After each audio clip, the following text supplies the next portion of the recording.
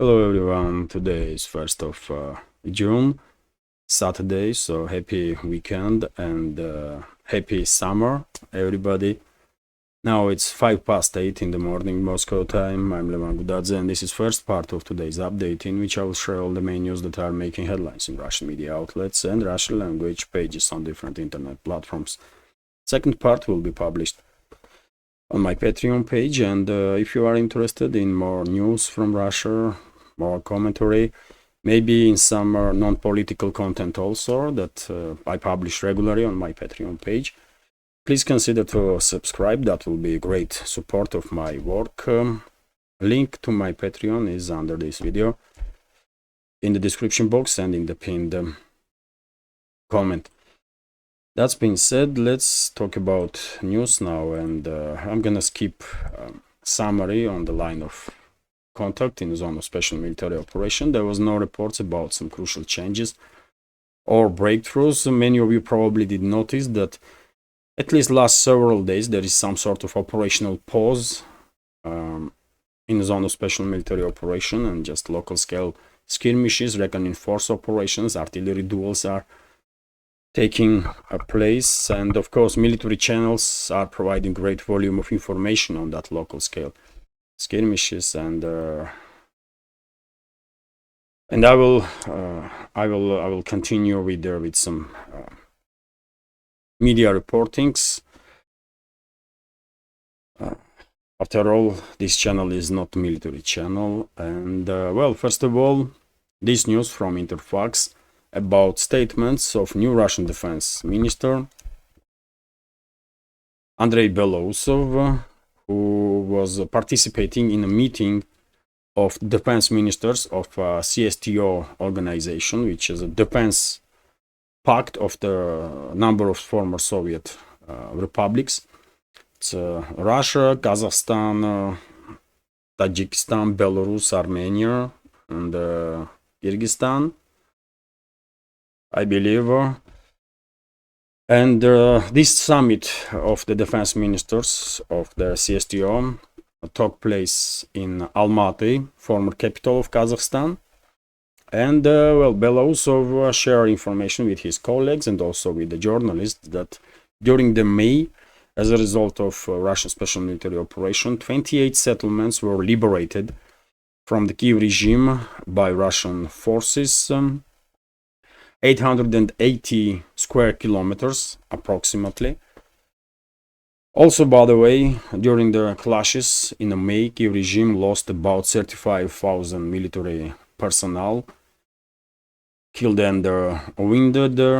Also about 290 different type of armored vehicles, including tanks, infantry fighting vehicles, armored personnel carriers, and so on, including Abrams. 4 Abrams tanks were destroyed, 7 Leopard tanks, 12 Bradley infantry fighting vehicles, and some more. 11 Ukrainian planes were shot down, and 4 helicopters. And Kiev regime also lost about 700 different type of artillery systems. Significant number, very significant numbers, and one may wonder how long Kiev regime's forces will be able to sustain such heavy losses. But well, Western ruling class will continue to provide them with money and weapons. That's not the issue, as long as anybody in Ukraine still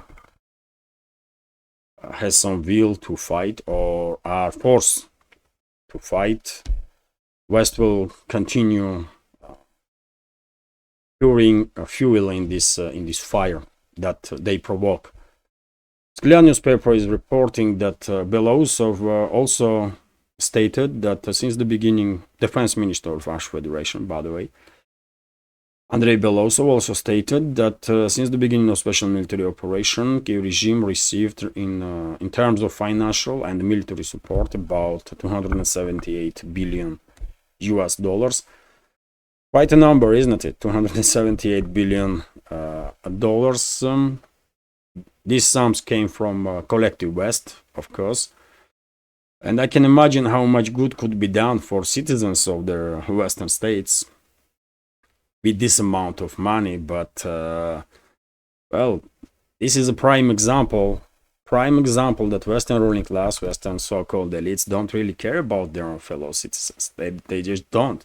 All they care is just themselves and their geopolitical agenda, their Sikh ideology. That's all is.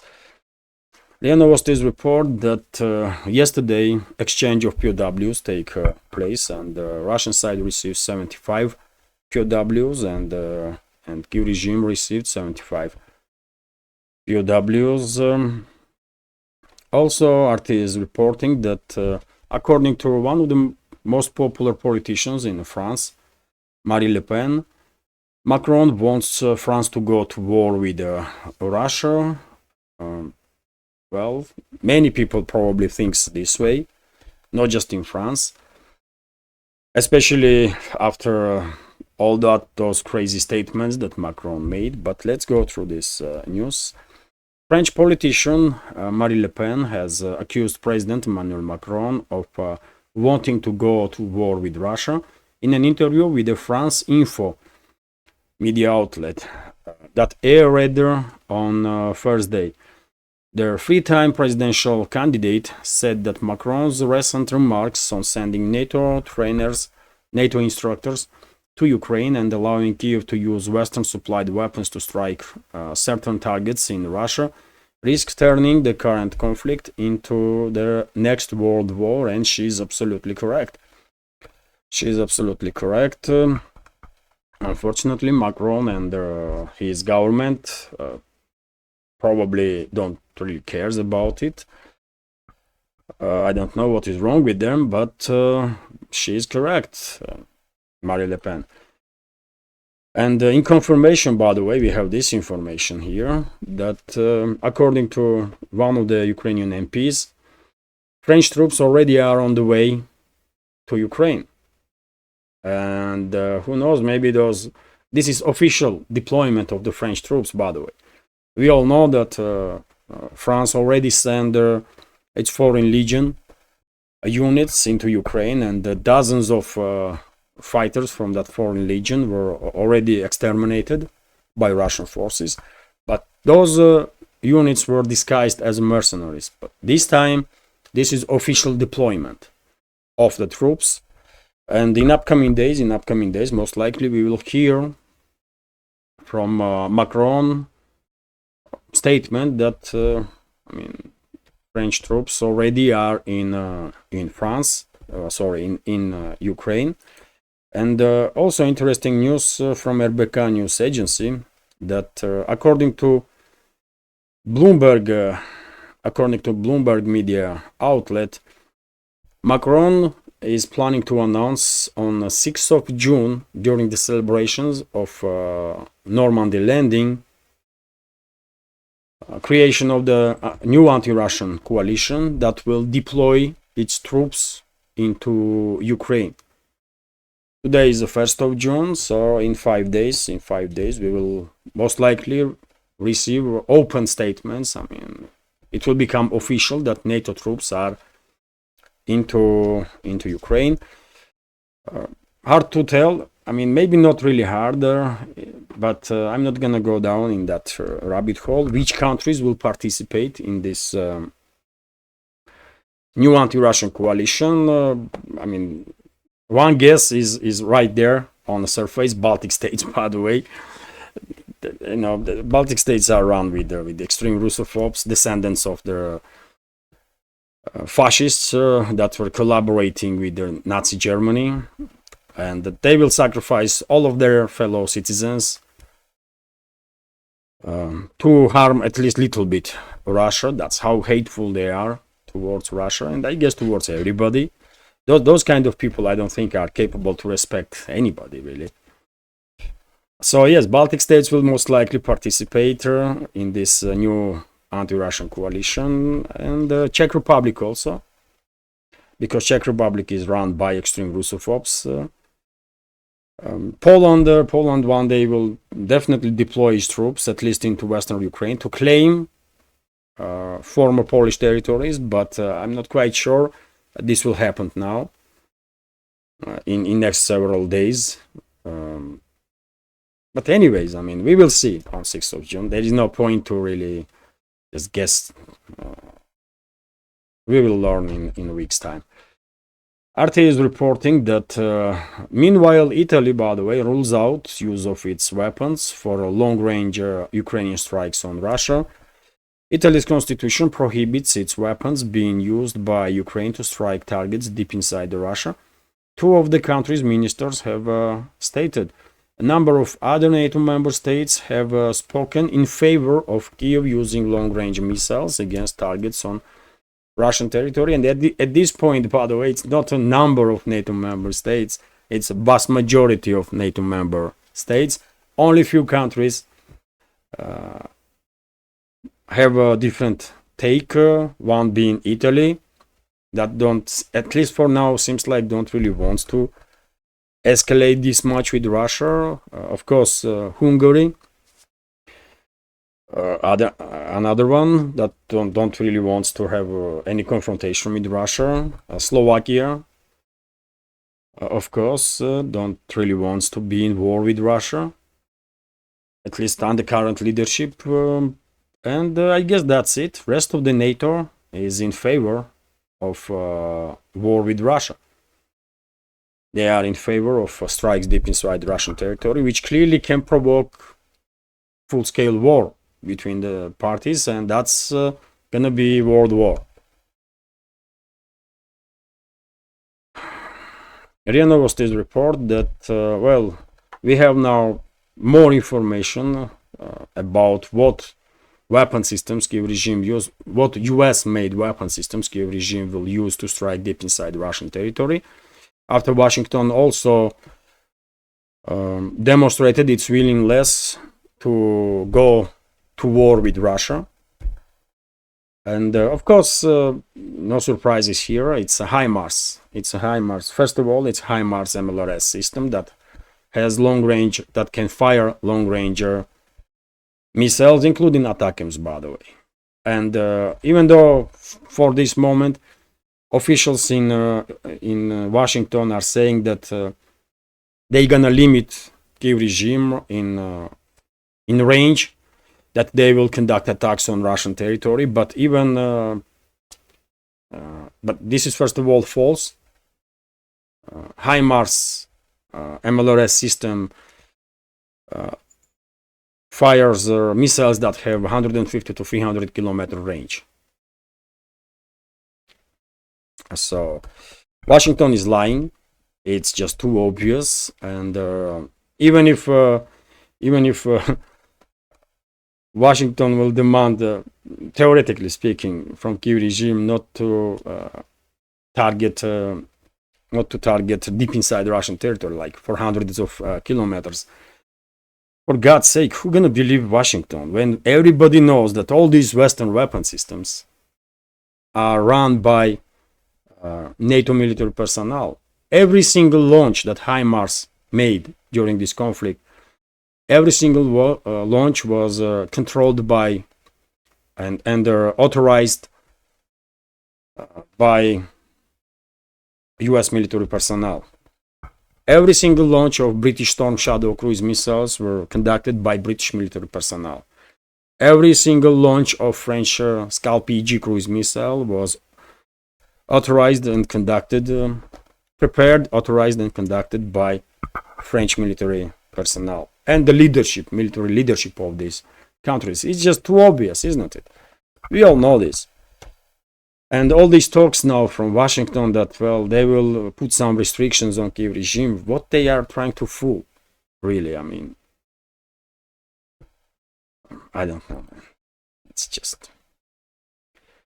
TASS news agencies report that, and by the way, when it comes to these long-range strikes on Russian territory, or strikes in general on Russian territory that are recognized in international borders, Russian officials were quite clear on this matter. Once these strikes will take place, I guess Moscow will have no other option, as I predicted for a very, very long time now.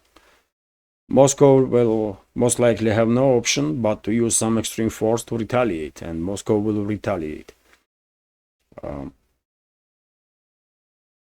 Well, I guess no matter what scale of retaliation Moscow will choose, majority of this world will stand with Russia, because majority understands perfectly well that it's a Western ruling class that escalates constantly, not Russia.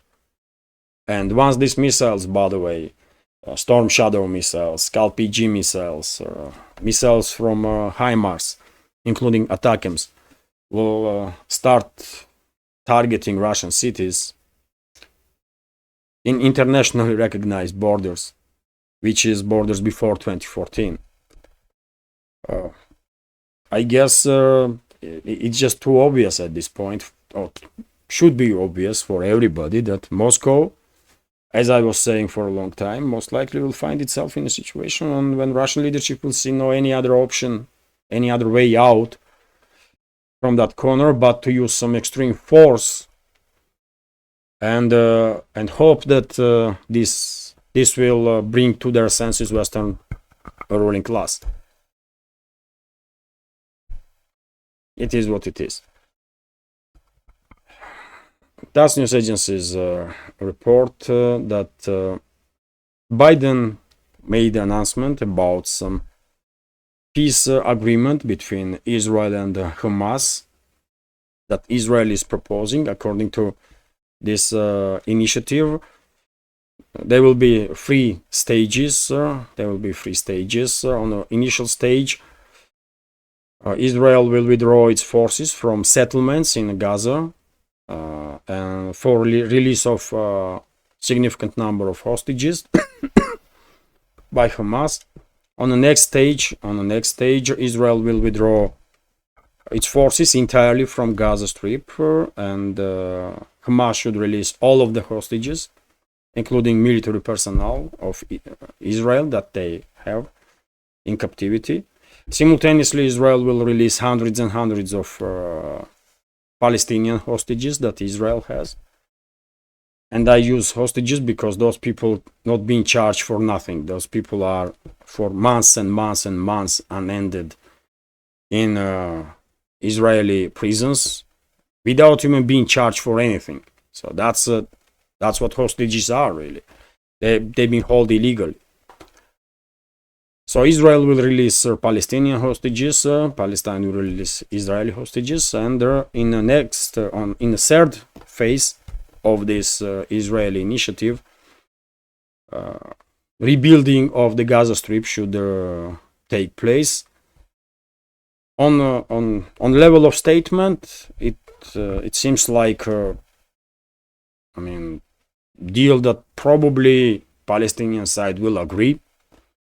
But let's see if there is some nuances there that not being stated openly. Some nuances that will force Palestinian side to refuse, or let's wait and see, because to trust Netanyahu, it's or his government, that's something, and I don't think there is many people in this world that will ever trust someone like Netanyahu.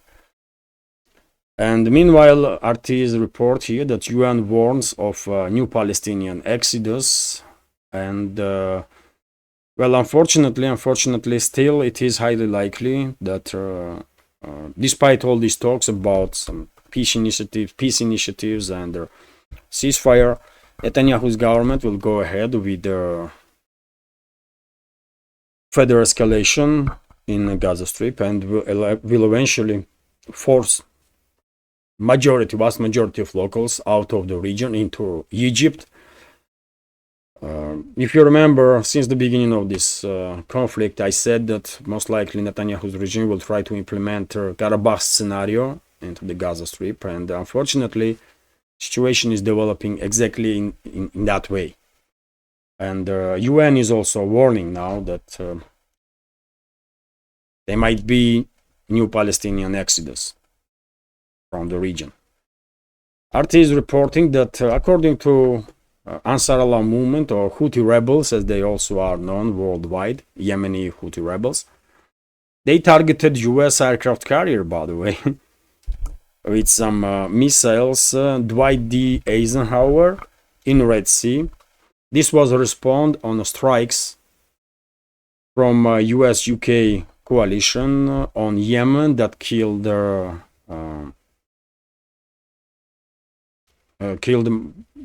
many people. And well, I guess aircraft carrier, US aircraft carrier, did not receive any damage. Most likely all missiles were intercepted, but it will be good to know. It will be good to know what exactly happened. But Pentagon, at least for now, did not release any information on this topic. And dear friends, just remember, at one point something may happen, and one of these missiles from that Houthi rebels are launching may take out some military assets of the US and some significant military assets of the US and UK Navy assets. Otherwise, for this moment, Houthi rebels, I mean, shut down some 5 or 6 HQ-9 Reaper drones, isn't it? Each costs some 30 million US dollars, if not more. But one of these strikes may take out or significantly damage even Navy assets. I don't think Houthi rebels have any weapon systems that be able to destroy aircraft carrier, but they can damage even aircract carrier. RT's report, by the way, that Georgia's prime minister claims US sponsored 2 failed color revolutions in Georgia. So Tbilisi needs to reconsider its relationships with Washington, given that American-funded NGOs in Georgia were behind at least 2 attempts at overthrowing the government. Georgian Prime Minister Irakli Kobakhidze has stated. The US said threatened the sanctions against senior Georgian officials after the former Soviet Republic passed a law on foreign agents that was denounced by the West as the threat to democracy. I don't know why there were 2 attempts at the revolution in 2020 and 2021, and then in 2022. I don't know why there were these attempts, but the fact is that the previous US ambassador spoiled a lot of things. A lot of things were ruined in those years, and this needs to be corrected. Kobakhidze told the reporters on Friday. This includes American-funded NGOs that stood on the revolutionary stage calling for the resignation of the government and the formation of the government with their participation. Therefore, Georgian-American relations need to be reconsidered. The Prime Minister added, Georgia will do everything it can to improve relations with US, he also noted, as this is their interest of the both countries. Well, government in Tbilisi has been under intense pressure from the US and the EU to drop proposed Transparency of the Foreign Influence Act, so-called law on foreign agents, to the point where Washington and Brussels threatened sanctions and halting Georgia's EU and NATO integration. And well, by the way, first things first, Georgia don't really need NATO or EU. It was a non-starter from the beginning, these ideas to join EU and NATO, and it will be good if government in Georgia will realize that this is some nonsense, total nonsense. In EU itself, first of all, NATO, if Georgia will join NATO, that will create tensions with Russia that Georgia don't really needs. And in best interests of security of Georgia is to stay neutral. And secondly, when it comes to EU, just look at the EU member states, by the way. Just look at the EU member states. Look at the numbers of the Eurosceptics among EU member states. people are not happy with this organization that is basically taking sovereign rights of the countries. So why are you gonna join this dictatorship of the Brussels? Really, that's what this really is, isn't it? So just forget about it. Just forget about it and just build bilateral relationships with countries around, with all the countries, in the best way as possible and friendly way as possible, but stay out of these failed organizations, man. NATO? What NATO, man? What you are talking about? EU? Come on, though. Europeans hate that Brussels and EU, man. And you want to join that garbage organization? Really? And be careful because you know, if US wants to conduct regime change, they're not gonna stop. If US leadership wants to conduct regime change and then sacrifice Georgian society by using it as a kind of second front against Russia, then they're not gonna stop. They're not gonna stop. Anyways, TASS news agencies report here that Armenia, by the way, Armenia refused to send its delegation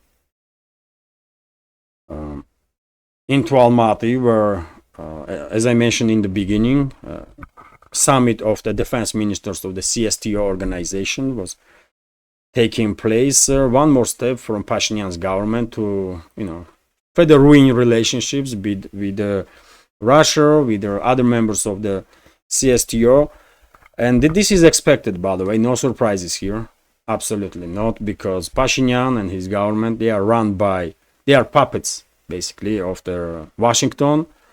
And they will do whatever it takes to finally destroy relationships between Yerevan and Moscow, other capitals of the former Soviet republics, and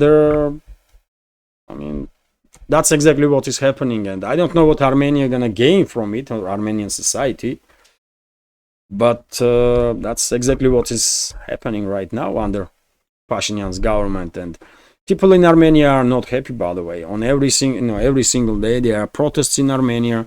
People are getting more and more agitated, more and more upset with this current regime that they have. People are waking up. But US has strong grip now, by the way, in Armenia. US has biggest embassy, as far as I understand, biggest embassy in the world in Armenia. Can you imagine number of CIA assets there? Number of CIA murderers that are running around streets of Yerevan and other Armenian cities, and God knows what kind of crimes they are committing against Armenian people. And they have strong grip on Pashinyan's government. So, Armenian society unfortunately lost their country. They lost their country once they voted for Pashinyan. They knew this was an asset of the CIA. They knew this was asset of the Washington, but they still supported this bitch. And now they will pay consequences for that. They already pay heavy consequences for this grave mistake, and this is just the beginning for Armenia. Unfortunately, by the way, I feel sorry for people of Armenia, but that's what they wanted. They wanted to support Pashinyan on initial stages, at least, and now they wake up and they see, wow, man, what we've done here. But it's just too late. It's just too late. You lost your country. It's a colony of US now. So it is what it is. TASS news agencies report that EU is considering EU is working on a matter of imposing tariffs on the Russian agricultural produce and also Belarusian agricultural produce. And most likely, by the way, EU Brussels will impose some trade will start some trade embargo on Russia, impose trade embargo, or will impose such a tariffs on Russian and Belarusian goods that to import in Europe it will be too expensive. And this action it will not harm Russia, by the way. Let's be clear here. Russia can find their market for its agricultural produce easy. Belarus also. On initial stages, it may benefit farmers in Europe because they will be able to sell their produce on higher prices. But I mean, in long run, it will further increase inflation in European states, and which is already high as far as I understand, according to comments of many members of our community from European states. So it's it's a balancing act. EU, of course, we all know that these individuals that are running the show in Brussels, they are extreme Russophobes. They will impose any sort of sanctions that they can come up with, without thinking too much about consequences. But society in Europe should be ready that once these sanctions will be imposed on Russia, and these additional sanctions on Russia and Belarus, well, price is gonna go significantly high on the food in Europe. In this particular case, we are talking about agricultural produce. So it is what it is, man. Once again, bear the consequences. EU member states, I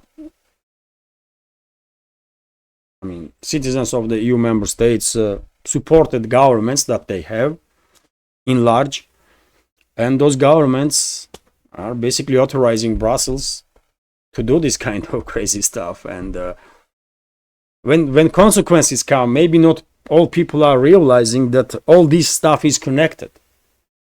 They might just see, you know what, they will go to the shop and wow, I mean, this bread yesterday was €1 and today is €3. How come? And that's direct consequences of you being supportive of some crazies in your local government. It's directly connected. It is what it is. Anyways, by the way, and this is just a little example, by the way. I mean, those are people that being supported by majority of the society in European states that are in governments now of the EU and NATO states. They may provoke Third World War in next several days or weeks. That's how consequential our choices can be and are. You know. And dear friends, I will end this update on this news. TASS News Agency's report here that G7, EU and EU are in discussions to come up with the sanctions against a Russian alternative to the SWIFT. This was reported by Bloomberg. So the G7 countries and the European Union are discussing the ways to target third country banks that allegedly help Russia await sanctions, Bloomberg reported, citing sources. According to them, these measures would target third country financial institutions using the Bank of Russia's, so Russian Central Bank's financial messaging system, CPFS, that's in short, which replaced SWIFT. It is reported that discussions are ongoing ahead of the G7 summit in June, where a set of measures to better enforce sanctions imposed on Russia would be considered.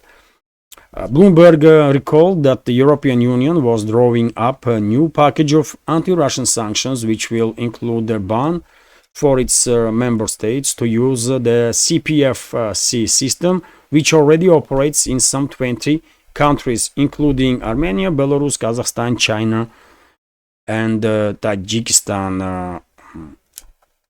So Yes, of course, they will try to harm Russia in any ways they can, to harm friendly nations, partners of the Russia.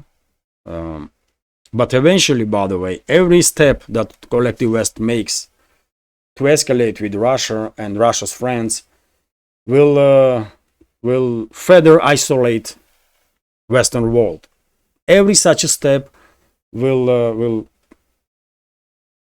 does more harm to the West than to rest of the world, because everyone sees necessity to get as far away from collective West and the Western financial and banking system as possible. And therefore, as I said, man, we have on daily basis more and more indicators that we are getting closer to the point when eventually these two financial and economical blocks will be created in this world. One Western bloc, collective West, and another one, bigger one, rest of the world. That's how this world gonna get divided, I guess, in next years to come. In the years to come. So this is it. This is it for now. This is it for now. Hopefully you will find this update interesting and informative. Relatively short update, which is good. After all, it's Saturday, so yes, if you find this update interesting and informative, please click that like button, leave some commentary just about anything. This is the only way we can influence algorithm to reach wider audience, more likes and comments. And for very same reason, if you can, please share information about my channel with your friends in real life or through platforms that you are actively using. And I know there are friends that on Facebook my channel is blocked. You cannot share link, unfortunately, on Facebook. Many members of our community informed me about it.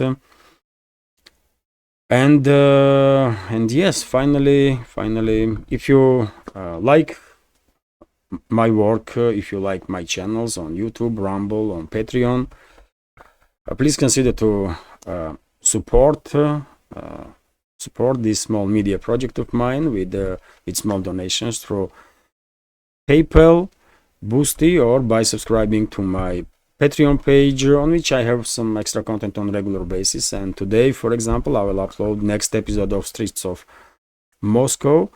Hopefully our Patreon community will find it interesting. And of course on Patreon, right after this first part of the update, I will record the second part, and of course I will publish on Patreon that second part also. So this is it for now. All the links, by the way, under this video in the description box and in the pinned comment. Once again, have a great day, wonderful weekend, and take care. Bye for now.